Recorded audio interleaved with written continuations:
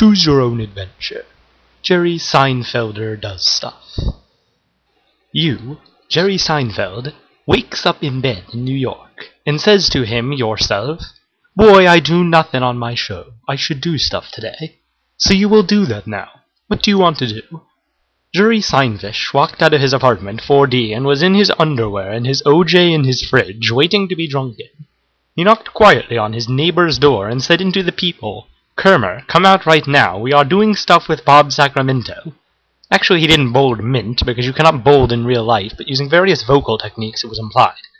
Krimmer whispered back, "No, Liz, go away." "Oh no, what do I do now?" asked Jerry aloud, and Kramer said nothing. "Kimmer, if you don't answer the door, I will break it down, I swear." And Kramer said, "K, I dare you." So Jerry went, like he was Goku's dragon, and broke the door down and killed 2 baby mice, named Bernice and Mousiekins, and Kromar was naked. Now Jimmy/Jerry was very homophobic, so he winced, but he secretly liked what he saw. Just then the buzzer rang, and Jerky said, "Phew, what a relief from this tension. I will get that. Who is it?" "It's me, George! Let me in, bro, let me in, I need a drink." "'Kay," said Siggenfellard, and he buzzed him up, and Gorge saw Krimmer naked, and said, "Nice, I always thought you would have had a lot of hair on your upper thighs, and today only proves that. Thank you for the experience." It was at that point that Jerry said, "Hey, Baldy, how are you doing? Are you bald, huh, Baldykins?" "Bro, you know. No, I am. Why would you say things like that? We're going to go to Monk's. Let's go." So the bros, minus Electane, superhero Elaine, went to Monk's, and Jerry's orange juice has not been drunken, so it has expired and will not be drunk, but I digress. Back to the story. "Why are you naked?" asked the waitress, who had 2 moles. "Why aren't you?" The waitress said, "I don't know," so she went back into the kitchen and quit her job and went home and made pizza bagels. "That is it! This is the final straw," whispered Jerry as he stood up and flipped the table onto Kermer, who went, "Ugh, there is gum, and I touched it." "Seinfiddler, what is the matter?" inquired Candy Sanda. "I found a bone in my soup." "Well, Jim Jer, perhaps you should have ordered the bone soup." But it was too late for Jam Seinfeld. He was in the kitchen. He said, "Hey, chef," and the chef Toms said, "What is the meaning of?" But he got cut off because Jerry punched him. Chef Toombs, now he is a mummy, said, "Why have you done this to me? There is literally poop pouring out of my anus. This is not a good day." Seinkert began his 2 meters per second walk out of the kitchen and farted on the way out, and that killed the chef for good. "Back to the depths of hell in which he belongs," screamed George. Amidst all of the destructing, Jeremy said, "Man, I need to do what I do best." So he punched an elderly Asian woman, then stood on her not-conscious body, and said, "So what's the deal with pubic hair? I mean, But the joke could not be finished, because the chef Toombs crawled out, and seductively spoke, "Stop the show, I need a doctor." But Jerry would have none of that. He pulled down his trousers and pooped on the chef, and then the chef took off his mask, revealing it was J. Peterman. "This is what I wanted to happen all along, thank you, Mr. Sign Language," before disappearing in a cloud of smoke. Now, free of distractions, Jerry told a joke. "George is bald and always has relationship and career troubles, make fun of him." George was very, very hurt by these mean words, so he ripped off his shirt and took to the street. "We better go after him," gasped Creamus, sir. Star it," smirked Murphy. "No, Jerry. No, Murphy," as he jumped off of the elderly woman. He took a final dump on Creamer, who thanked him eagerly, and went out to Macy's to get an early start on his Christmas shopping. "Jerry cakes!" screamed George from the top of the Empire State Building. "It is July. You shouldn't be shopping yet, but if you were going shopping, buy me some slippers, because mine are old and fading, and I really like wearing slippers whilst lounging around the apartment. So that would be a very thoughtful gift." "No." "Okay." In the store, Burger King, he said, "I would like to buy a suit," and the king said, "That will be $2.75. Thank you very much." However, unknown to Gerger, but known to us, the reader, me, you guys, Darnell, Elainer 19er was in the store, and they ran into each other. "Jesus Christ, Jerry," she said as she toppled over and threw up. "Watch where at you go walking, bro." "Eileen, please sit down," spoke Jerry softly, a delicious spaghetti-like look in his eyes. Elaine had no choice. "Shut them eyes, girl," so she did. "Bro, are you gonna force-feed me burgers?" "No."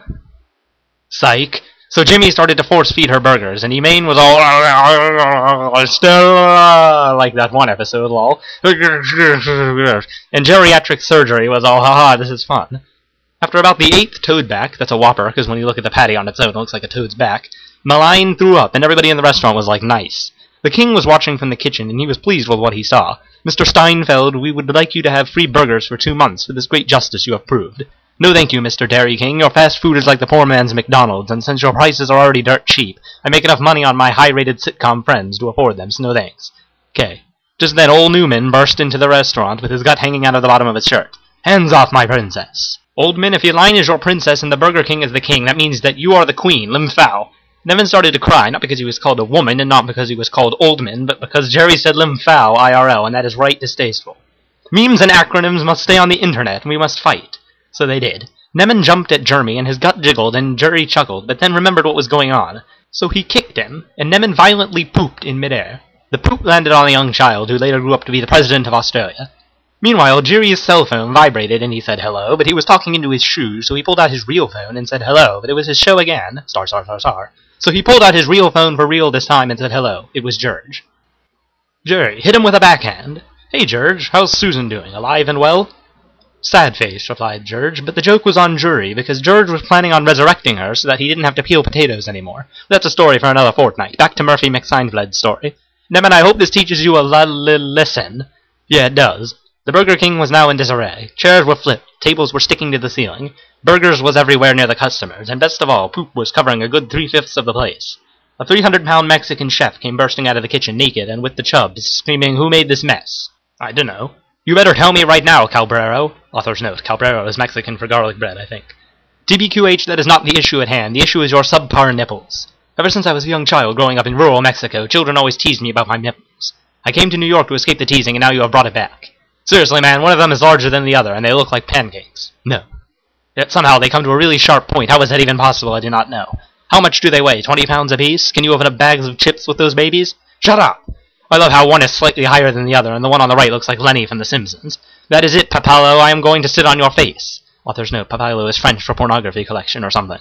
The chef rushed at Jury, just like Nemen had, but Jimmy had no time to react. No time at all. Not this time. The chef jumped on him, and the subpar nipples were thrust 3 centimeters away from his face. Gonna make fun of my nipples now? IDK. Just that moment, Kerner entered the store with tortillas. Kramer, what are in those tortillas? Asked the chef as he was trying to rub his gut into Jerky's nose. 1 tablespoon paprika. Are you starring serious? Rimmer winked. The chef was distracted, so Cherry had time to escape. Jerome B. Signfish was trapped underneath a large Mexican chef's subpar nipples, and he was really worried, not because of the crushing weight, or because he likes a girl and she likes him back, but she's not ready for a relationship, but because there was a dog across the restaurant that was giving him the stink eye. Pooch, what you doing? He asked, and the dog said woof. What? Oh, sorry, I had a tickle in my throat. What I meant to say was that you should come and pet me, because I am a dog, and that is what dogs such as myself like. But I'm trapped under this man. If you don't pet me, I'll make a scene. Jimmy Cernflid had no choice. The last thing he wanted to do was cause a scene in public even more than he already had. People were covered in Nemen's poop, FFS. He asked the chef, excuse me, 4,000-pound Mexican chef with subpar nipples, please get off of me. Okay. So the chef got off, and Jury got up and petted the doggy poo. Then the doggy took a poo, and everybody went daw. Then Jury took a poo, and everybody went ew, except for Nemen, who went fantastic. Suddenly, out of nowhere, out of Jury's back pocket, the static of the radio increased. It was George. Jerry Gerber, I'm coming, I'm hot, look out. Wait a minute. What? Dogs can't talk. I don't care, baby, this is the stammer of George. Unfortunately, this is where the story ends. The story was never continued past this shocking cliffhanger. I'm going to have to leave you at this moment. Bye.